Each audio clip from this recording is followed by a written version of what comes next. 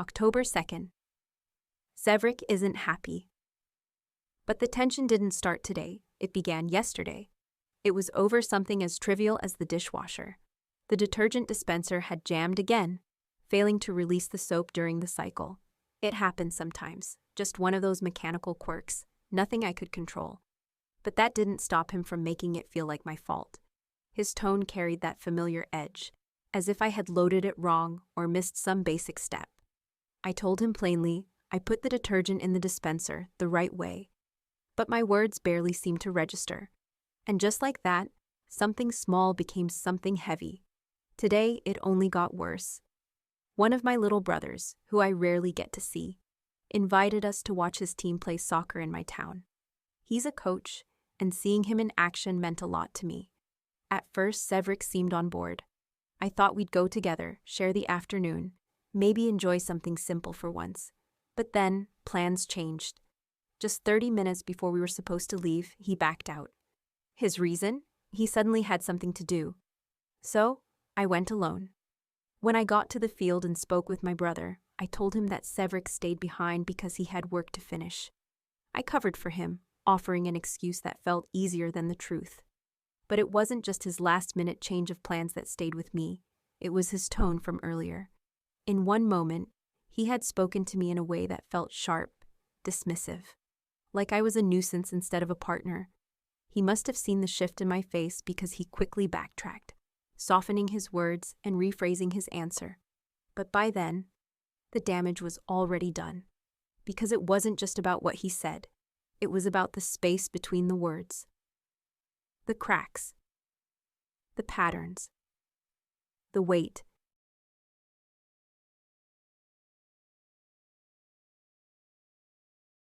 October 27th. The silence between us was nothing new. There had been so many cold spells, moments where words died and distance grew, but I hadn't written about them. Maybe because they felt too familiar, too exhausting. But tonight I have to. It all started with something so small, too small to cause this storm. My passport. He found it exactly where I had always kept it since we've been together. The same spot he had told me to move it from and store it where he wanted. And just like that, his temper ignited. He was so angry he wouldn't even look at me, his face tight with unspoken judgment. I confronted him. I don't deserve this, I said. This punishment, the silence, for something as minor as my passport. I reminded him of the conversations we'd had over and over. For months, I had been asking him to talk to me when he was angry. Just talk. But he never does. I told him the truth, the one I've been swallowing for too long. I'm always the one who comes to you when you're mad. Always. It's never you. My voice cracked, but I didn't stop. I've noticed a pattern, I said, and I need to ask you, do you like being angry? Because it feels like there isn't a single week that goes by without you reproaching me for something. I felt stripped bare as I spoke, raw and exhausted. The way you treat me isn't normal, I told him. The way you punish me with silence over these tiny mistakes, it's not normal. And then I said what I had carried, heavy and unspoken, for too long. Your anger doesn't fit the crime. You hold me hostage in silence over the smallest things. Why? Why can't you come to me and talk it through instead of shutting me out? The next day, the silence lingered.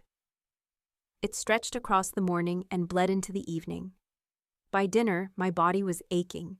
My period cramps had crept in, dull and deep, making it hard to eat. I sat there, my plate half full, the food untouched. My body hurt, but so did my heart. He finished his meal. The clink of his fork against the plate was the only sound in the room. He didn't move. He just sat there, silent, and then the silence cracked. I'm sorry, he said softly. His voice was low, stripped of its usual edge. I'm sorry for being so angry over something so simple. I'll work on that. His words hit me like a wave. I couldn't hold it in. My throat tightened, my eyes burned, and suddenly, tears. I didn't speak. I couldn't. Instead, I reached for him, wrapping my arms around him. My voice finally broke through the sobs. Apology accepted. And then, finally, We talked. We talked about his anger, about what happens inside him when it rises. We tried to untangle the knots between us and search for something that felt like a solution. It felt foreign, this vulnerability, but it also felt good, because for the first time in a long time, I heard an apology, a real one, and before the night ended, I told him one more time, hoping this time it would stay. When you're upset, when you're angry, come to me. Don't run to silence. Don't punish me with distance. Just come. Let's talk it through.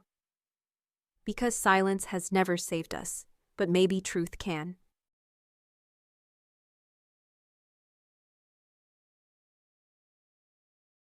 October 29th. The night felt ordinary until it wasn't. We were coming back from my parents' house, tired from the long evening. Somewhere between the conversation and settling in, I forgot to put the cooked chicken in the fridge. I didn't think twice about it. When we were done with our night routine, we went our separate ways. Him to his office, me to the bedroom. I waited for him, expecting to hear his footsteps soon.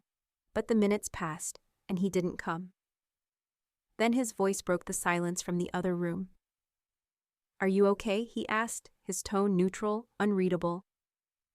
"Yes," I replied, puzzled by the question. A few more minutes passed. I called out, "Are you coming to bed?" Nothing, not a word. The silence stretched, thick and heavy. Sleep was already tugging at me, but the tension felt familiar, the kind that settles in before a storm. So, I got up and went to his office. "Come to bed," I said softly, my voice touched with weariness. "I'm starting to fall asleep." I could see it the moment I walked in. His mood had shifted. His face was closed, his energy distant. But he got up and followed me back to the room without a word.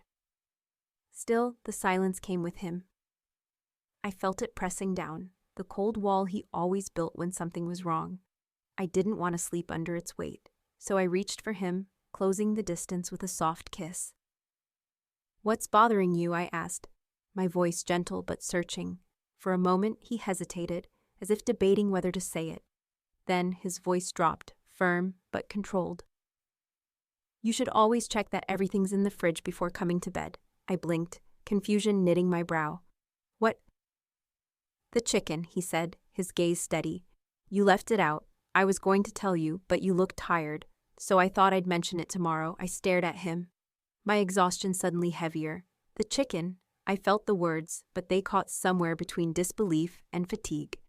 My body ached for sleep, and my mind felt foggy from the day, but beneath it all was something else, a quiet ache in my chest. Because once again, his mood had turned cold over something so small, so insignificant, a piece of chicken.